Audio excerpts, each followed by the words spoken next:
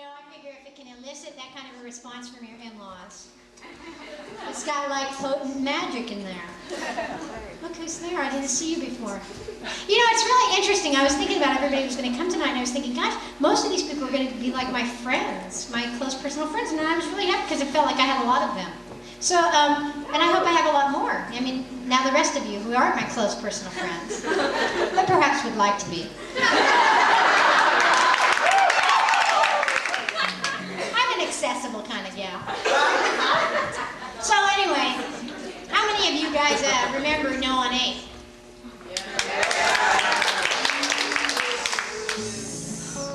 One of the wonderful things brought to you by the OCA in the 1980s. Well, I had kind of a bad reaction to No on 8. It kind of gave me a rash, like a spiritual rash. You know? Did any of you experience that? I got mighty mad, frankly. But, you know, they're never going to know the kind of creative fervor that they gave to me, because some great songs came out of No on 8 as far as I was concerned. And a lot of it had to do with, like, you know, don't you love what they call us? I love this. I love this. Now, like, my mom is sitting there, and my mom says to me, now you have to understand, my mother doesn't talk much about anything that isn't like, couldn't be printed in like a public newspaper.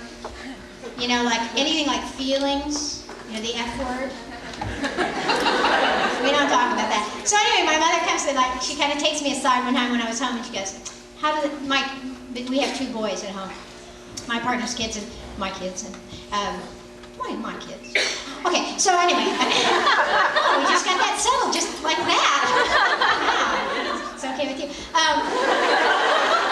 And my mother says, so how do the boys feel about your situation? And I thought, other people have relationships. Not me, I have a situation. My friend of mine said, well, at least you don't have a condition.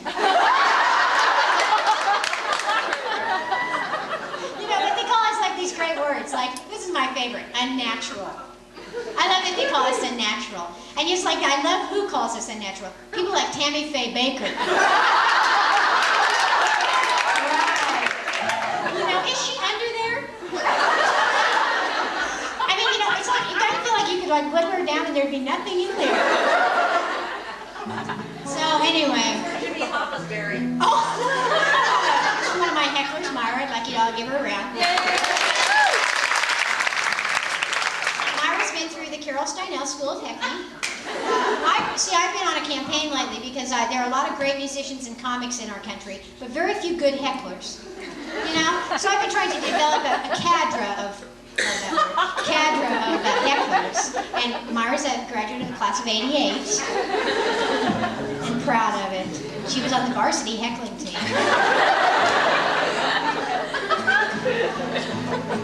Now, so I wrote some songs. And I called them the Hate Trilogy. Out of Measure 8. And they're kind of about my experience with right-wing fundamentalist types. Now the first one, there is already a song called this, but I decided that it was kind of a big topic.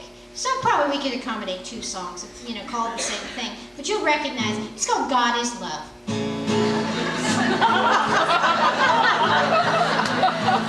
When I was young, when I was small, they said, God is love and that is all.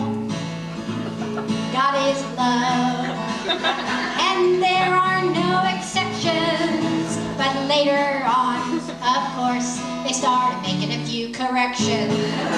They said, God is love, yes, God is love. Except there are a few things that God hates. Such as queers and peace-loving hippies. But of course they changed that later to queers and liberal straights.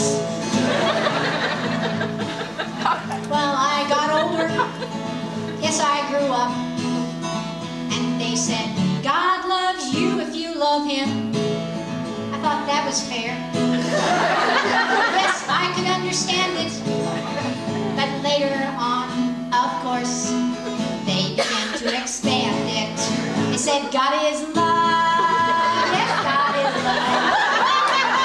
Except there are a few things that God hates, such as queers and mutineers, and commies and pinkos and papists, and people's loving hippies. Except later on, of course, they changed that to queers and mutineers, and commies and pinkos and papists, and liberal straights. I got a little older, as we sometimes do, and they said, God will destroy you if you don't do what he says.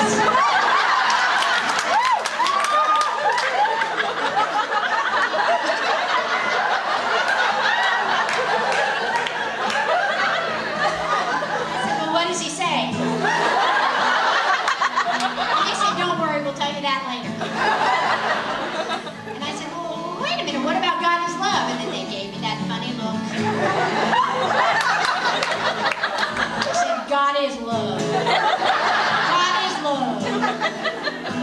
Except there are a few things that God hates, such as queers and mutineers, and commies and pinkos and papists, people that aren't like us, and people who ask too many questions, and peace-loving hippies. But you know that later on they changed the last part to liberal straights.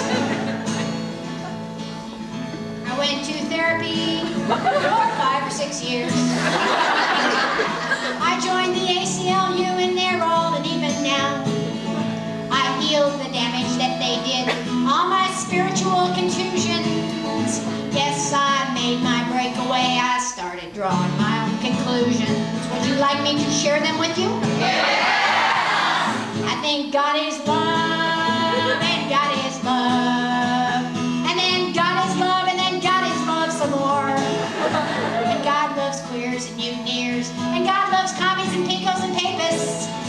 And God loves people that aren't like them. God even loves people that are like them, although I don't understand it.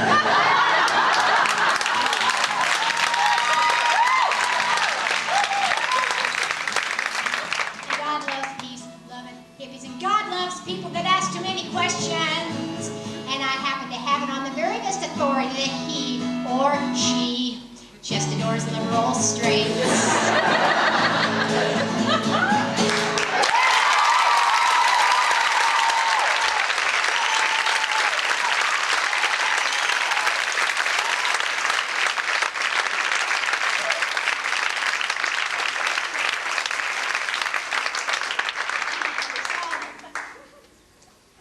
So then I started thinking about some of the other things that these fundamentalists